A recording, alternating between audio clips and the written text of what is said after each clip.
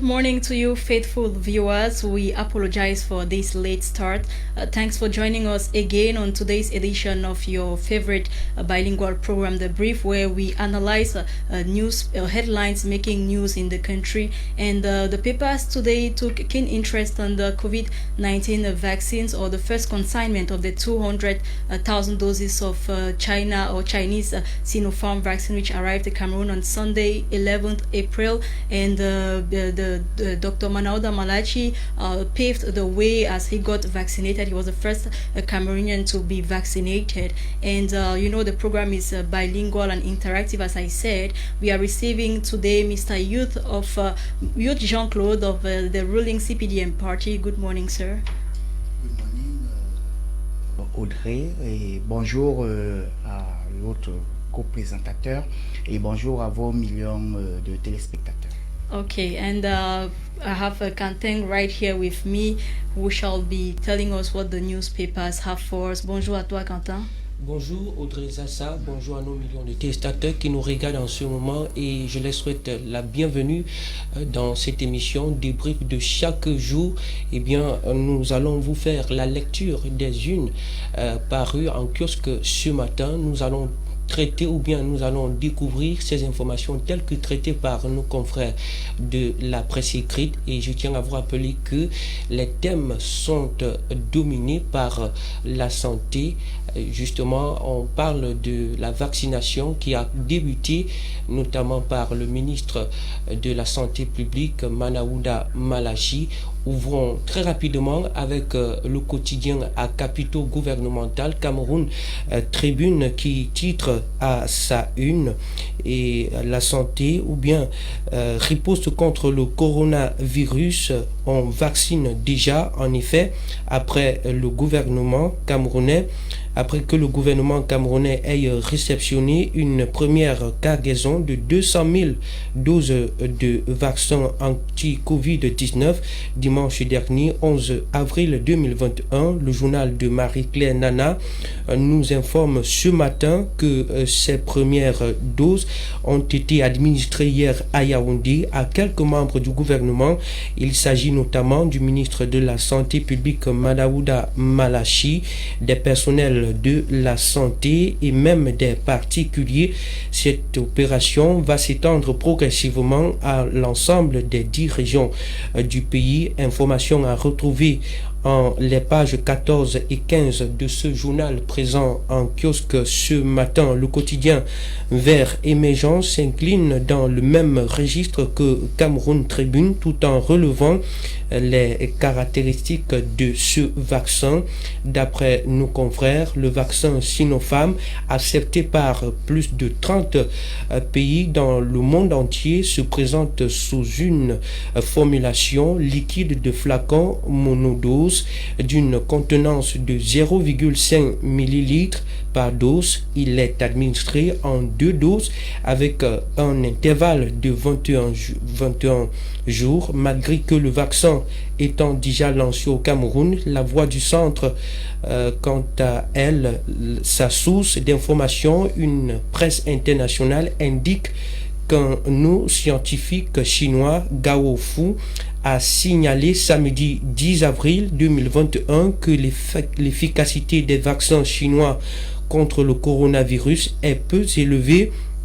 Une déclaration qui arrive en tout cas dans un contexte où la Chine mène une diplomatie du vaccin très active et distribue des centaines de millions de doses à travers le monde, peut-on lire dans le journal, dans les colonnes de la page 5. Et puis terminons avec le quotidien L'économie, qui est arrivé à notre rédaction ce matin, nous parle du Cameroun et le marché international des obligations. Selon le journal, l'option d'un refinancement de l'eurobond émis en novembre 2015 par le Cameroun est désormais en cours d'exécution avec l'annonce d'un arrangeur désigné.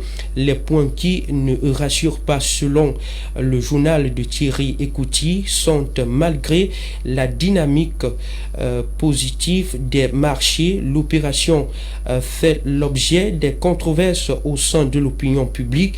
Plusieurs personnes estiment que le gouvernement enfonce le pays dans un endettement profond. L'argument utilisé est celui de la hausse de la dette publique du pays qui a atteint 46,9% du produit intérieur brut selon les estimations à fin décembre 2020 de la crise autonome d'amortissement du Cameroun, abrégé CAA, l'organisme en charge de gérer le stock de la dette du pays. Plus de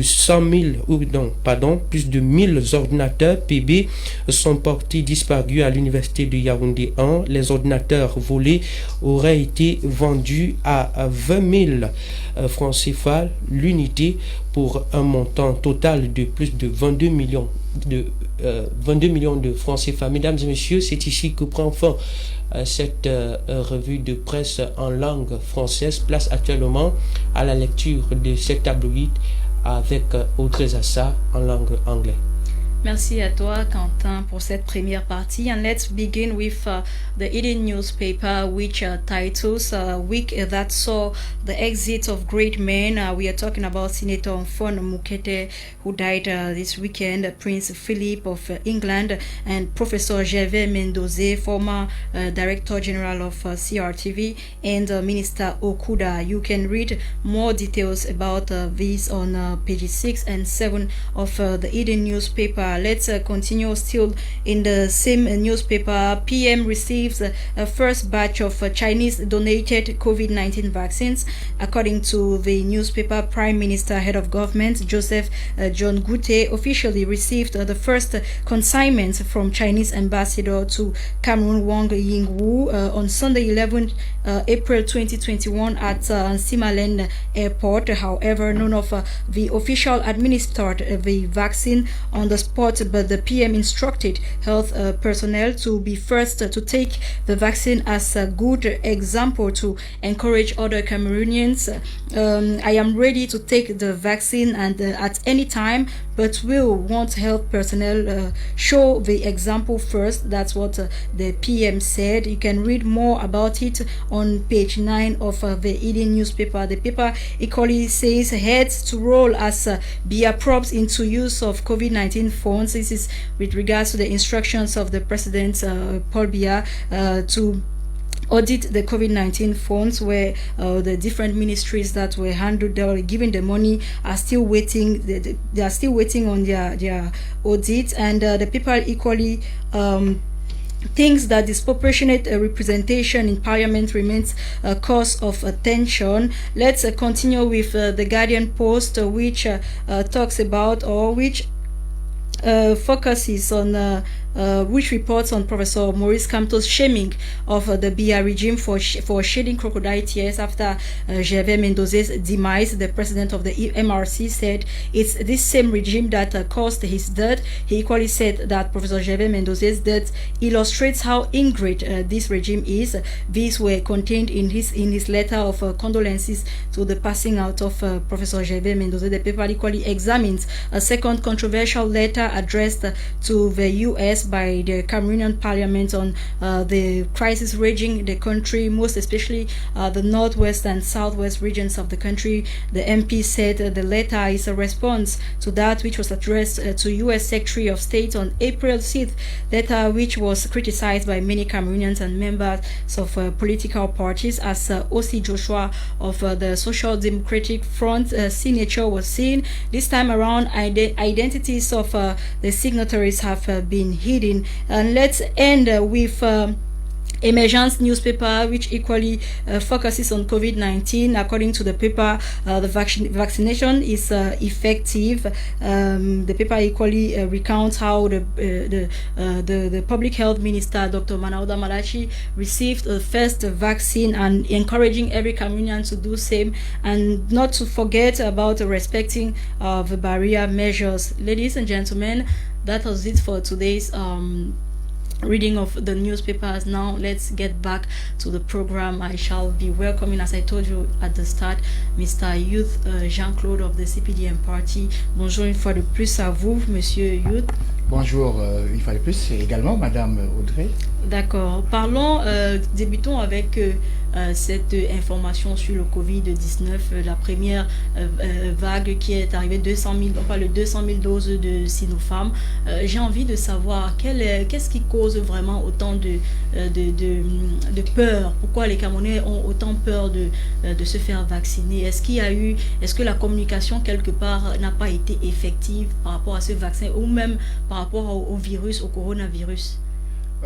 Il est important de relever que ce n'est pas seulement un cas atypique du Cameroun.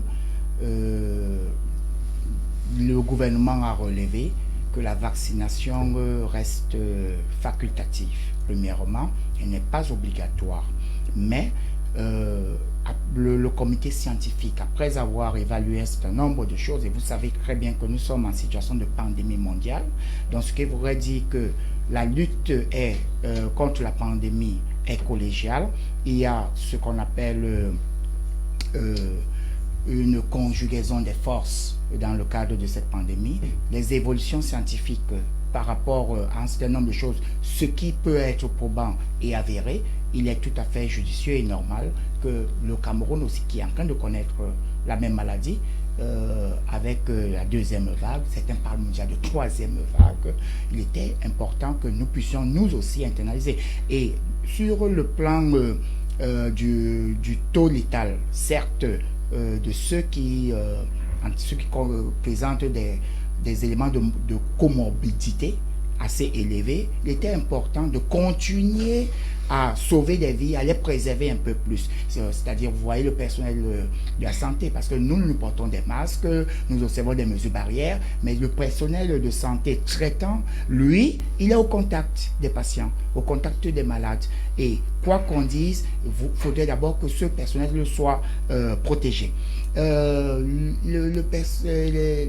citoyens d'un certain âge, à plus de 60-65 ans, surtout ceux qui présentent des maladies d'abord telles que diabète, hypertension, insuffisance rénale, on a constaté que le taux de mortalité est assez élevé à ce niveau-là. Donc, ils sont également définis comme des cibles prioritaires. Donc, nous saluons l'initiative du président de la République qui a mis le gouvernement en action, en activité pour que nous puissions, que cette opération vaccinale puisse mieux se dérouler. J'ai vu le ministre de la Santé et l'ensemble de ses collaborateurs se mettre à l'ouvrage. Il a montré le bon exemple et on rappelle toujours que en dehors du fait qu'on puisse avoir la première dose ou la deuxième dose, il est toujours important de continuer à observer les mesures barrières telles que le port systématique du masque et le lavage des mains. Très bien, restons toujours dans le même cadre, dans la santé.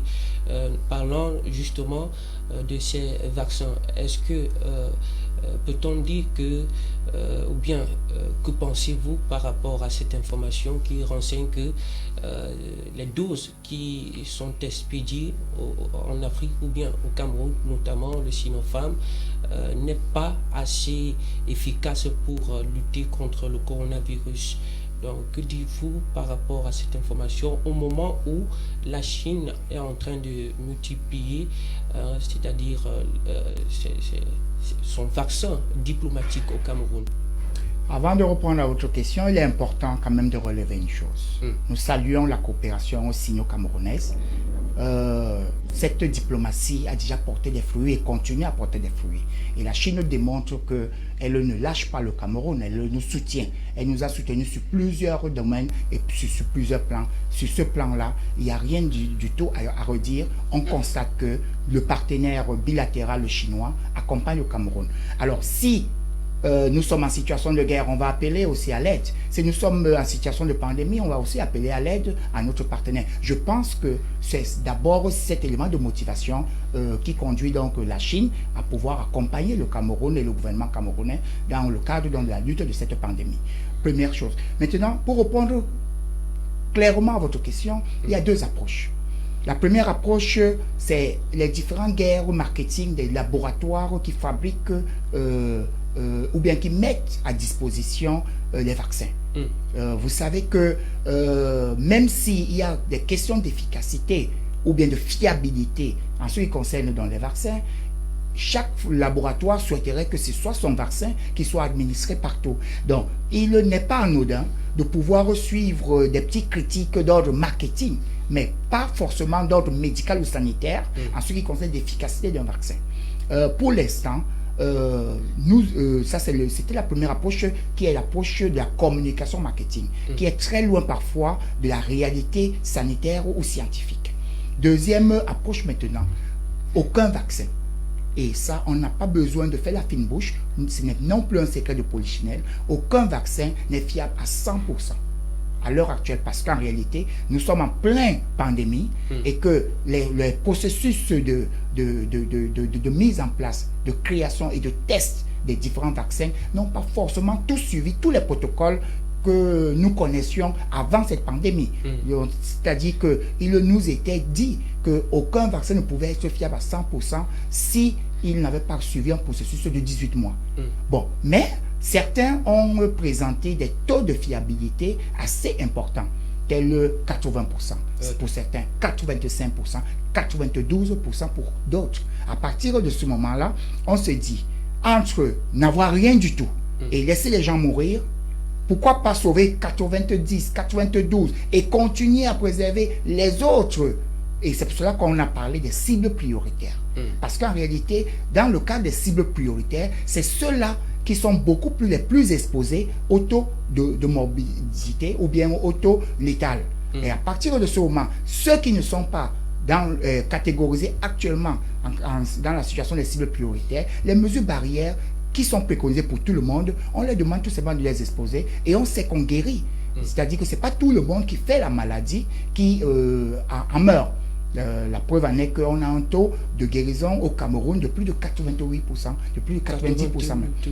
Voilà, ok. Donc ce qui pourrait dire qu'il n'y a pas de quoi s'alarmer. Nous sommes en train d'avoir une solution supplémentaire dans le cadre donc de la lutte de cette pandémie, et c'est tout à fait légitime et normal que les partenaires de la coopération bilatérale puissent nous accompagner. Nous n'avons pas encore suivi un scandale en ce qui concerne le vaccin chinois, mais nous avons suivi d'autres pour certains. Ce n'est pas le cas au Cameroun. Donc, pas besoin de polémiquer ou bien de décourager certains citoyens qui sont en train de suivre cette mesure. Et effectivement, le comité scientifique camerounais a bel et bien pris l'ensemble des précautions et nous savons très bien que nous pouvons les faire confiance. La preuve en est que le Cameroun a présenté les meilleurs chiffres de résiliation de cette pandémie depuis que le président de la République a instruit la mise en place des mesures. Okay, Mr. Ayud, sorry, we are running out of time. Let's talk about this letter of condolences addressed Professor Gervais Mendoza passed away by Maurice Kamto of the MRC, where he said that Professor Gervais Mendoza died because of the regime. What do you think about this? C'est curieux de voir que des acteurs politiques font de la récupération politique sur le plan macabre, sur le plan des morts. C'est là où on cherche à se faire de la visibilité. C'est là où on voudrait faire de la politique populiste et politicienne. C'est regrettable.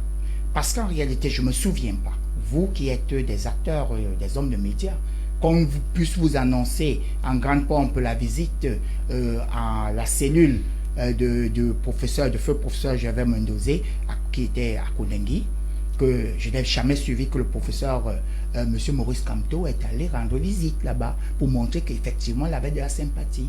Alors, l'ingratitude dont il parle alors, c'est à quel niveau? Lui-même, est-ce qu'il a pu exprimer cela? Ça, c'est de un. De deux, maintenant, quand on dit qu'on est un pays de droit et qu'une justice est en train de prononcer au nom du droit et qui a rendu des décisions d'ordre judiciaire, est-ce que c'est le moment de commencer à vouloir fragiliser le système judiciaire pour dire que aussitôt qu'on va avoir des cas de je ne sais pas quoi, tout le monde qui est en prison peut présenter des besoins d'ordre humanitaire? Et vous le savez très bien. Mais dire que c'est de l'ingratitude et pourtant les faits et le procès qui s'en est découlé a eu à prononcer une décision de justice et que la peine était en train d'être purgée par le feu professeur Gervais Mendozé, il n'y a pas de lien d'ingratitude à ce niveau. Mais nous disons tout simplement que sur le plan humanitaire dont on voudrait faire appel, le gouvernement a pris toutes ses responsabilités. J'aimerais qu'on clarifie quelque chose. Est-ce qu'une grâce présidentielle avait effectivement été accordée au professeur Gervais Mendozé? Difficile à se prononcer sur l'aspect juridique des choses. Et sur l'aspect humanitaire. Mais nous savons que depuis, par exemple, où cette information nous a été servie dans les réseaux sociaux, le professeur Gervais Mendozé n'était pas en prison à cet instant précis. Il suivait ses soins à l'hôpital central de Yaoundé. Bon, maintenant, même si on disait qu'il avait obtenu la grâce présidentielle, il était toujours en situation de soins intensifs. Donc, conclusion, il était toujours à l'hôpital. Donc, sur ce plan-là, personne ne peut forcément dire qu'il était en liberté ou pas. Parce que je ne sais pas si les gens imaginaient qu'il devait quitter son lit d'hôpital et commencer à les saluer, les gens au quartier et ainsi de suite. Bon, maintenant, sur le plan juridique également, nous n'avons pas vu, personne n'a vu le décret officiellement. Donc, ce qui voudrait dire que nous nous réservons de pouvoir nous prononcer sur ce plan-là. Mais nous disons également que judiciairement aussi, lorsque vous n'avez pas encore connu une condamnation définitive et que vous avez encore des affaires pendantes en justice, vous n'êtes pas encore éligible pour une grâce présidentielle. Bon, mais tous ces éléments sont dits. Mais peut-être que si le professeur Gervais Mendozé avait connu une guérison et était à même de pouvoir sortir de l'hôpital central, c'est là où la question réellement devait se poser, parce que c'est là où on devait voir l'effectivité. Est-ce qu'il devait retourner dans sa cellule de Konengi ou bien il devait rejoindre sa famille? Okay, nous pouvons nous prononcer définitivement. Yeah, we are running out of time, sorry. Je crois que c'est la fin de l'émission. On doit pouvoir dire merci à notre invité qui nous a fait l'honneur d'être là pour discuter avec nous, affaires actualité. Je vous remercie. Je remercie le groupe My Media Prime pour avoir convié une fois de plus le RDPC sur ce plateau. Thank you, ladies and gentlemen. It's on this note that we draw the curtains of this edition that was produced with close participation of Tini Eyo, Bebe Nkune Bertrand, and Christian Tebong. For presentation, I have been Audrey Zatsa and Quentin Itape. Join us tomorrow for another edition. Bye.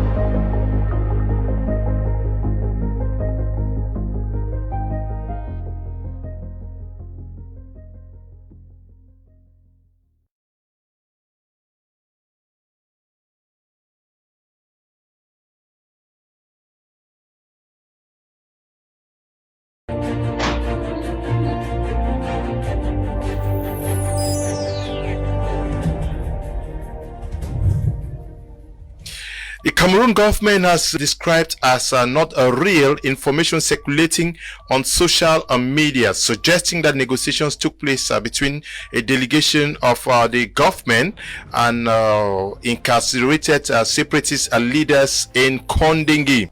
You want the population and everybody to face reality. Is this the first time that the government is coming back to say, okay, we are open to dialogue after the major national dialogue? If they still deem the national dialogue fruitful, they won't be talking of openness, readiness for further dialogue today. When even the UN asked them, but when are you applying these resolutions? There are 1,001 reasons why people really want to travel, and you will see that there are more people leaving than coming back, and which tells us that there is a lot that we are not doing, so our country is not comfortable for the youths, especially the youths. It is very funny that with this type of database, with the national printing press and all other printing presses in Cameroon, but these people prefer to call foreigners to come and print. What is this? What's wrong with these people? The government now, during the major national dialogue, felt it necessary to give the people the decentralization. True, they saw it. But on the problem, my problem is not the ministry they created. You people say you want your House of Chiefs to be